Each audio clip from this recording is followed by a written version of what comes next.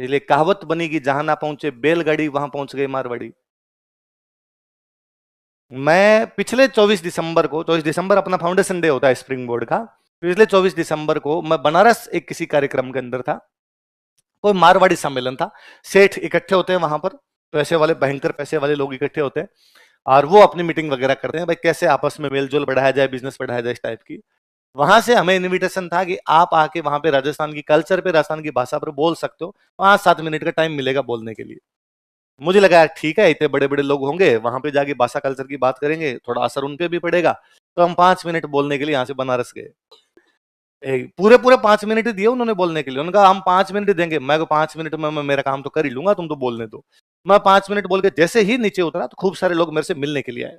अरे अरे तुम बहुत अच्छा बोले, ये तो कई ने फोन नंबर लिए, हमने उनसे बातचीत की, क्या किया जा सकता है क्या नहीं किया जा सकता। तो एक सेठ मेरे पास आए, उन सेठ ने कहा, यार तू जब बोल रहा था ना अभी राजस्थानी में, यार मुझे मेरे गांव की सी लग रही थी भाषा, कहाँ का है तू? मैं सेठ जी बीकानेर का हूँ। हाँ यार मैं नागौर का हूँ, इसीलिए तेरे वाली मेरे को ठीक ठाक लग रही थी। नागौर में कहां से हो सेठ जी? कुचामन। अब कहां रहते हो सेठ जी? की गुवाहाटी। कब गए थे आप गुवाहाटी? 1822। मैं उनसे बात 2022 में कर रहा था।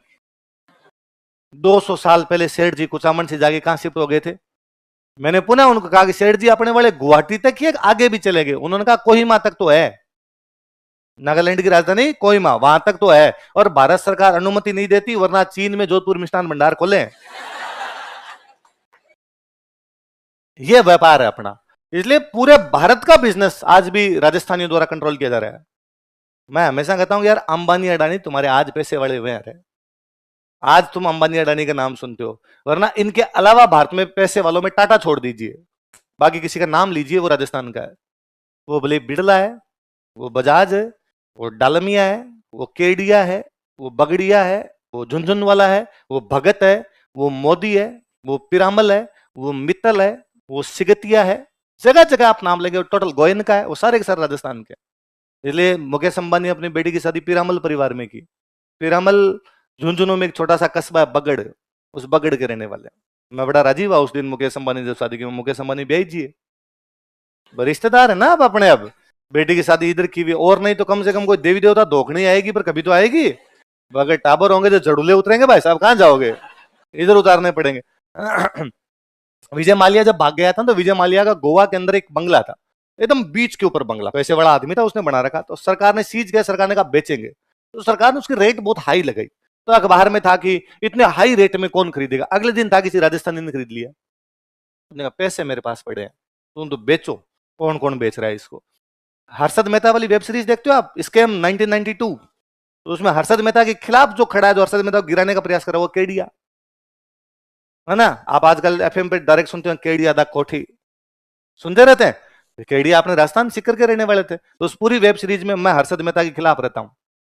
बोले हर्षद मेहता गुजराती है और ये मारवाड़ियों को टक्कर देकर बिजनेस करेगा, मतलब गुज्जू भाई की थी औकात, हमें टक्कर दे, हमने मार दिया, मार देंगे भाई साहब, शेयर मार्केट में तेरे को आगे जाने नहीं देंगे। केडिया रहेगा आगे, कैसे रह सकता है? झुंझुन वाला अब एक्सपायर हो गए, स्वर्गवासी हो गए, राकेश झुंझुन वाला। शेयर मार्केट का क्या ब्रांड था यार, तो झुंझुन वाला अपने झुंझुन हो गए, झुंझुन वाला यहाँ के तो सारे पैसे वाले अपने यहाँ गए थे, खूब शिफ्ट हुए उस साइड के अंदर जा जाके बिजनेस करने के लिए। तो आज भी आप भले साउथ इंडिया चले जाइए, आपको राजस्थान के बिजनेसमैन खूब मिलेंगे। आप कलकत्ता चले जाइए, आप इधर चले जाइए, तो ये अंग्रेजों के उस टाइम, अंग्रेजों के टाइम के अंदर वहां पे जाके शिफ्ट हो गए थे सारे के सारे। बॉम्बे ने तो राजस्थान को बर्बाद किया साहब। पहले यदि आपको दिल्ली से व्यापार करने के लिए सिंध जाना है तो राजस्थान क्रॉस करके जाओगे। आपको दिल्ली से मध्य एशिया जाना है, राजस्थान क्रॉस करके जाओगे। आपको दिल्ली से अफगानिस्तान जाना है, राजस्थान क्रॉस करके जाओगे। बिना राजस्थान क्रॉस किया व्यापार ही नहीं कर सकते। इसलिए हमारा सबसे बड़ा साधन ही यह था कि इधर उधर वालों से पैसे लेके, टैक्स लेकर अपना काम चलाया करते थे, क्योंकि भारत का पूरा व्यापार लैंड रूट से था, स्थल मार्ग। अंग्रेज आए, अंग्रेजों ने कहा स्थल मार्ग से महंगा पड़ता है, टाइम लगता है, जल मार्ग से जाएंगे, पानी पानी में जहाज चलेंगे। हमने कभी जहाजों की तरफ ध्यान ही नहीं दिया था, इसलिए अंग्रेजों ने एक बंदरगाह बनाया बॉम्बे। कौन सा बंदरगाह? हम बर्बाद हो गए, क्योंकि पहले दिल्ली से कराची जाने के लिए राजस्थान क्रॉस करना पड़ता था। अब पानी में बॉम्बे से कराची 35 किलोमीटर है, दिखता है सामने। एक जहाज रवाना किया, 2 दिन में पहुंच गया बॉम्बे। क्यों आएगा कोई राजस्थान? इसलिए हमारा तो व्यापार वाणिज्य चौपट हुआ पूरी तरीके से बॉम्बे बनने के बाद। और ये अंग्रेजों के सेंटर बनाए हुए बॉम्बे। तो अंग्रेज बड़े इंटेलिजेंट थे।